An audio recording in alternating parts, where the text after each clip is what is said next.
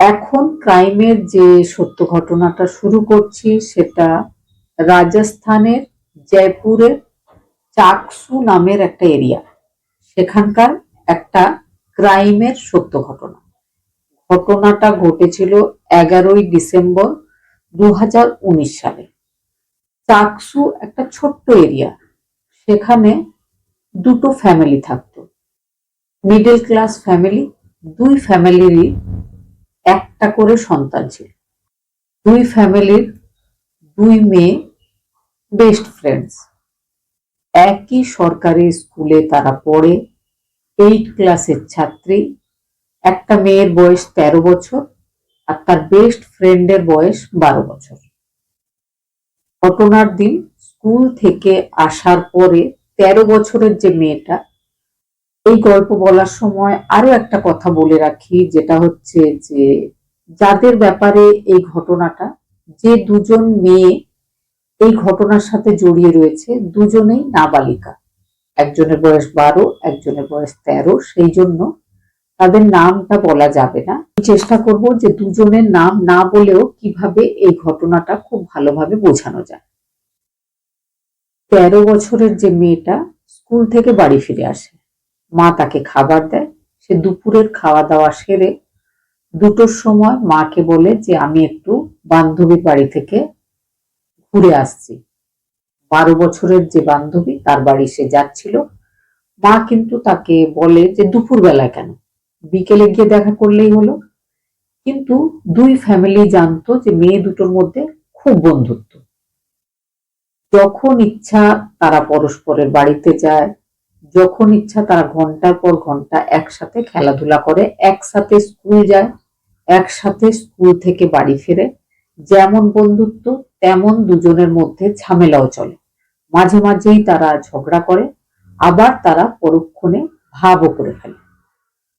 মা 13 বছরের মেয়েকে জিজ্ঞেস করেছিল যে এখন বন্ধুর বাড়ি যাওয়ার দরকার নেই। সে বলে না, এক্ষুনি যেতে হবে, খুব জরুরি কথা, এক্ষুনি বলতে হবে। কি সেই জরুরি কথা মা জানতে চাইলে মেয়েটা মাকে বলে যে আমার একটা পেন আমার বান্ধবী চুরি করে নিয়েছে। আমি তার কাছে আমার পেন দেখেছি, আমি তাকে বলেওছি যে আমার পেন ফেরত দে, তো সে আমাকে ফেরত দেয়নি। কিন্তু স্কুলে সবাই ছিল, চুরি করে নিয়েছে বললে সবাই কেমন একটা খারাপ ভাববে। সেই জন্য আমি এবার তার বাড়িতে যাচ্ছি। আমি কিন্তু তার মাকে বলে দেবো, তাকে ভয় দেখাবো যে আমার পেনটা ফেরত দে। এই বলে সে চলে যায়। মা কিন্তু ব্যাপারটাকে অত সিরিয়াসলি নেয়নি, কারণ এই রকম ঘটনা প্রায় তাদের মধ্যে ঘটতেই থাকে। মেয়েটা 11ই ডিসেম্বর 2019 দুপুর বেলায় 2টোর সময় বান্ধবীর বাড়িতে গেছিল। পাড়াতেই ছিল বান্ধবীর বাড়ি। কিন্তু সন্ধে হয়ে যায়, রাত হয়ে যায়, মেয়েটা আর বাড়ি ফিরে আসেনি। যে বাড়ির মেয়ে হারিয়ে গেছিল, পুরো ফ্যামিলি, পুরো পাড়ার লোকজন, প্রায় 250 মানুষজন সারা রাত ধরে মেয়েটাকে খুঁজেছিল। পুলিশ টিমকে খবর দেওয়া হয়েছিল। পুলিশও এসে রাত্রেবেলায় কিছুক্ষণ খুঁজেছিল। তারপরে পুলিশ বলেছিল যে আপনারা খুঁজুন, আমরা আবার কাল আর্লি মর্নিং এ এসে খোঁজাখুঁজি করব। প্রত্যেকটা গ্রামের লোক প্রত্যেকটা বাড়ি গিয়ে গিয়ে খুঁজে দেখেছিল, কিন্তু সেই মেয়েটাকে খুঁজে পাওয়া যায়নি। নেক্সট ডে স্থানীয় লোকজনেরাই দেখেছিল একটা পুকুর পাড়ে মেয়েটা ফোলা দেহ পড়ে রয়েছে। প্রথম দেখায় গ্রামের লোকজনেদের মনে হয়েছিল যে মেয়েটার সাথে কোনো দুষ্কর্ম করা হয়েছে। পুলিশ টিমকে খবর দিতেই পুলিশ টিম সেখানে এসে যায়। পুলিশ টিম দেখেছিল যে মেয়েটার জামা কাপড় উল্টো পাল্টা ভাবে রয়েছে, কোনো কোনো জায়গায় জামা কাপড় ছিঁড়ে গেছে। দেখে বোঝা যাচ্ছিল মেয়েটা জলে ডুবেছিল। তারপরে কোনোভাবে তাকে টেনে জল থেকে ধরে তোলা হয়েছে। সারা গায়ে তার আঁচড়ের দাগ, ঝোপঝাড়ে টানার জন্য তার গায়ে ছিল অসংখ্য ছিলে যাওয়া, ছড়ে যাওয়া ইত্যাদির দাগ। শরীরে ছিল বেশ কিছু আঘাতের চিহ্ন। পুলিশ টিম বডিটাকে নিয়ে পোস্টমর্টমের জন্য চলে যায়। পোস্টমর্টম রিপোর্টে আসে যে মেয়েটার শরীরে 19টা ধারালো অস্ত্রের আঘাত ছিল, রডের আঘাত ছিল মাথায়। এইভাবে মেয়েটাকে মেরে ফেলা হয়েছিল। মেয়েটাকে মেরে ফেলার পর জলেও ফেলে দেওয়া হয়েছিল। তারপরে কোনোভাবে তাকে টেনে তোলা হয়েছিল। পুরো 18 ঘন্টা পরে মেয়েটাকে খুঁজে পাওয়া গেছিল। আরো একটা ব্যাপার যে হ্যাঁ, মেয়েটার সাথে কোনো দুষ্কর্ম বা মেয়েটার সাথে রেপ হয়নি। পুলিশ টিম প্রতিদিন গ্রামে এসে আশেপাশের লোকজনের কাছে জিজ্ঞাসাবাদ করছিল। গ্রামে কোনো সিসিটিভি ছিল না, সেই জন্য এই ব্যাপারটা দিয়ে পুলিশের কোনো সুবিধা হয়নি। পুলিশ টিম জিজ্ঞাসাবাদের প্রথমেই যেটা জানতে পেরেছিল মেয়ের ফ্যামিলির কাছে, সেটা হচ্ছে মেয়েটা দুপুরবেলায় 2টোর সময় বান্ধবীর ওপর খুব রেগে গিয়ে তাদের বাড়ি গেছিল, কারণ সেই বান্ধবী তার পেন চুরি করে নিয়েছিল। তারপর থেকে সে আর বাড়ি ফিরে আসেনি। যে বান্ধবীর বাড়িতে সে গেছিল তাদের বাড়ির সবার কাছে জিজ্ঞাসাবাদ হয়, কিন্তু তারা সবাই বলে তারা এই ব্যাপারে কিচ্ছু জানে না। মেয়েটা আগেও বলেছিল যে দুপুরবেলায় 2টোর সময় আমার বান্ধবী আমার বাড়িতে আসেইনি, আর আমি তার পেন চুরিও করিনি। পুলিশ কিন্তু বারবার তাকে জিজ্ঞেস করলেও সে একই উত্তর দিয়েছিল। কিন্তু যে মেয়েটা মারা গেছিল তার মা আর বাবা বারবার বলছিল যে ওই ফ্যামিলিতে সে গেছিল, তারপর আর ফিরে আসেনি। এবার কিন্তু পুলিশের মনে হচ্ছিল ওই বাড়িটাতেই হয়তো কোনো না কোনো রহস্য লুকিয়ে আছে।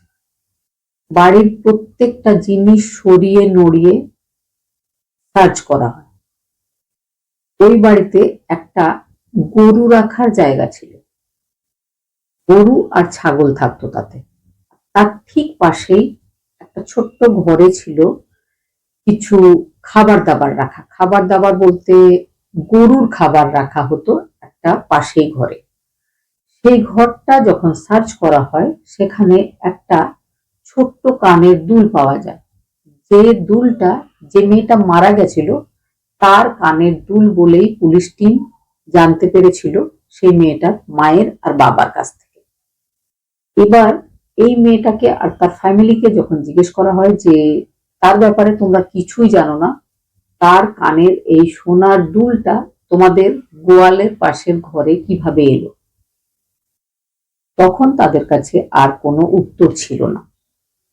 আর তাদের গোয়াল আর গোয়ালের পাশে যে ঘরটা যাতে তারা গরুর ছাগলের খাবার রাখত, সেই যে ঘর তার মেঝেতে দেখা গেছিল কিছু রক্তের দাগ, যেগুলোকে ভেজা কাপড় দিয়ে মোছার জন্য দাগগুলো এদিক ওদিক হয়ে গেছিল, কিন্তু মেঝেটা যেহেতু মাটির খুব ভালো মেঝে নয়, সেই জন্য দেখে বোঝা যাচ্ছিল যে ওই জায়গাগুলো মোছার চেষ্টা করা হয়েছে।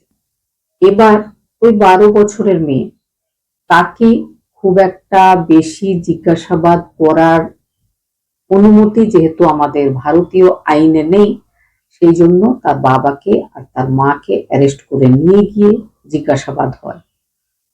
শেষ পর্যন্ত তার মা সবটা সত্যি সত্যি বলতে বাধ্য হয়েছিল পুলিশের কাছে। সে যে গল্পটা বলেছিল সেটা হচ্ছে যে 12 বছরের মেয়ে 13 বছরের মেয়ের পেনটা সত্যি সত্যি চুরি করে নিয়েছিল। 13 বছরের মেয়েটা দুপুরবেলায় 2টোর সময় খুব রেগে গিয়ে বান্ধবীর কাছে এসেছিল। বান্ধবী বাড়িতে একাই ছিল। তার একা থাকার একটাই কারণ, তার বাবা একটা স্থানীয় বড় মুদিখানার দোকানে কাজ করত। সে সকালে বেরোতো, রাত্রেবেলায় বাড়ি ফিরে আসতো।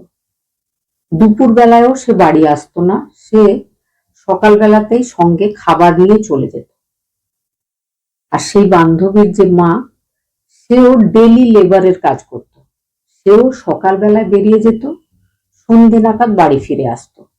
সেই জন্য সে বাড়িতে একাই ছিল। 13 বছরের বান্ধবী তার কাছে যায়, বলে পেনটা ফেরত দে। 12 বছরের মেয়েটা বলে যে আমি তোর পেন নিইনি। তখন 13 বছরের মেয়েটা বলে যে তুই বারবার আমার কোনো না কোনো জিনিস নিয়ে নিস, আমি কিন্তু এবার পুলিশকে ডাকবো। পুলিশকে কমপ্লেন করলে পুলিশ ঠিক আসবে আর তোর কাছ থেকে তুই আমার যা যা জিনিস চুরি করেছিস সেগুলো বের করবে আর তোকে জেলে নিয়ে গিয়ে বন্ধ করবে। এই কথা শুনে 12 বছরের মেয়ে ভীষণ রেগে যায়।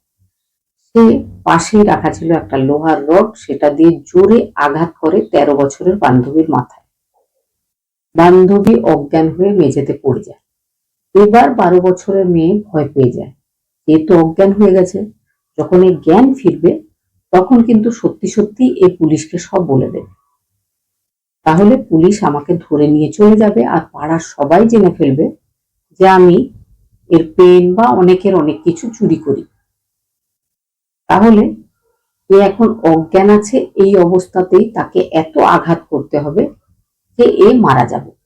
সে সেটাই করেছিল, ঘরের ভেতর থেকে একটা ধারালো অস্ত্র নিয়ে এসে খুব রেগে রেগে 19-20 বার আঘাত করেছিল। তারপরে মেয়েটাকে সে সেই গরুর খাবারের যে জায়গা রয়েছে সেখানে রেখে দিয়েছিল। মা সন্ধেবেলায় ফিরে আসে, মাকে সে সব বলেছিল যে এই সব ঘটনা আমি আজকে ঘটিয়েছি।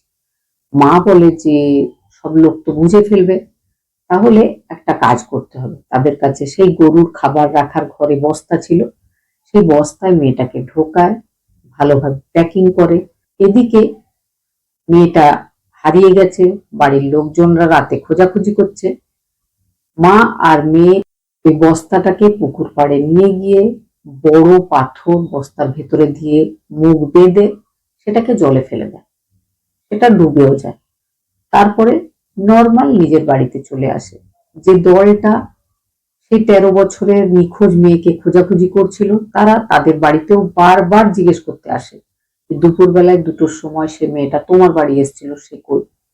সে বলে যে না, স্কুলে আমাদের ঝগড়া হয়েছিল সেই জন্য সে আসেনি, কারণ আমাদের দুজনের মধ্যে তো কথাই বন্ধ ছিল।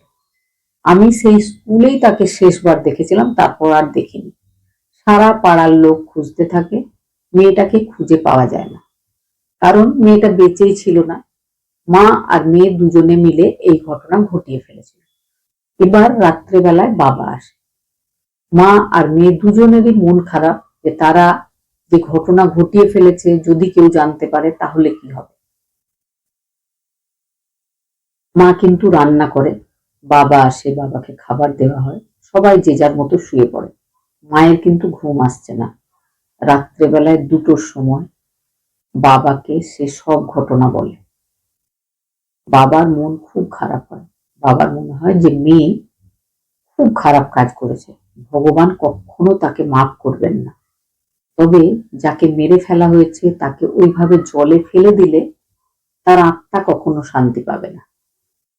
তো তার আত্মা শান্তি যাতে পায় সেই জন্য অন্তিম সংস্কার করা বা আগুনে পোড়ানোটা খুব দরকার। তার বাবা রাত্রেবেলায় চুপি চুপি 2:30-র সময় উঠে ডিসেম্বর মাসে ওই ঠান্ডা জলে সাঁতার কেটে নেমে যে জায়গাটাতে মা বলে দিয়েছিল সেই জায়গাটাতে যায়, বস্তাটা খুঁজে পায়, সেটাকে টেনে ছেঁচড়ে তুলে বস্তাটার মুখ খুলে বাচ্চাটাকে ধরে টেনে ঝোপঝাড়ে রাখে, চেষ্টা করে পুড়িয়ে ফেলা, যাতে মেয়ের বান্ধবীর আত্মা শান্তি পায়। যেহেতু জলে বেশ কিছু ঘন্টা পড়েছিল ওই বডিটা, এত ঠান্ডার সময় মেয়েটার বাবা চেয়েও পোড়াতে পারেনি। তখন সে আবার ওই অবস্থাতেই বডিটাকে রেখে চলে আসে। তার মনে হয়েছিল সকালবেলায় সব লোকজন দেখবে, তারপরে নিশ্চয় তার অন্তিম সৎকারের ব্যবস্থাটা হবে, তবে কেউ জানতে পারবে না যে তারা, তার স্ত্রী আর তার মেয়ে এই ঘটনা ঘটিয়েছে।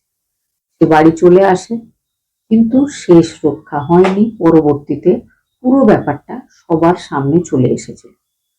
এই সঙ্গে আরো একটা ব্যাপার বলে রাখি, মা আর বাবা দুজনের জেল হয়েছিল। তবে 12 বছরের ওই মেয়েকে সংশোধনাগারে পাঠিয়ে দেওয়া হয়েছিল। বয়স 18 হওয়া পর্যন্ত তাকে সংশোধনাগারেই রাখা হবে, তারপরে তার চরিত্র বিভিন্ন দিকগুলো একদম সংশোধন হয়ে যাবে যখন, তখন তাকে অন্য নাম দিয়ে ভারতেরই অন্য কোনো শহরে নতুন করে বাঁচার সুযোগ দেওয়া হবে? আপনাদের কি মনে হয়? যার এই রকম অপরাধিক মানসিকতা অত ছোট বয়স থেকে, তার কি সত্যি সত্যি সংশোধন সম্ভব? তার সংশোধন কখনো সম্ভব বলে আমার মনে হয় না। আপনাদের মতামতটা অবশ্যই জানাবেন। খুব ভালো থাকবেন, সুস্থ থাকবেন। আপনাদের সাথে গল্প আমার আরো অনেক হবে।